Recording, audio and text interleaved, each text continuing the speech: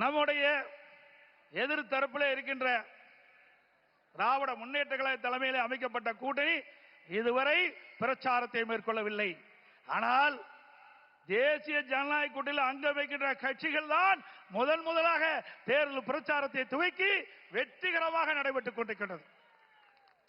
இன்றைக்கு தமிழகம் மட்டுமல்ல, இந்திய திருநாடே தமிழகத்தை நோக்கி பார்த்துக் கொண்டிருக்கிறது. தமிழகத்தை யார் ஆள வேண்டும், யார் ஆளக்கூடாது என்பதற்கு நடைபெறுகின்ற சட்டமன்ற பொதுத் தேர்தல் விரைவில் வர இருக்கின்றன. ஆக மக்கள் விரோத ஆட்சி அகற்றப்பட வேண்டும். அதற்காக அமைத்த கூட்டணி தான் தேசிய ஜனநாயக கூட்டணி.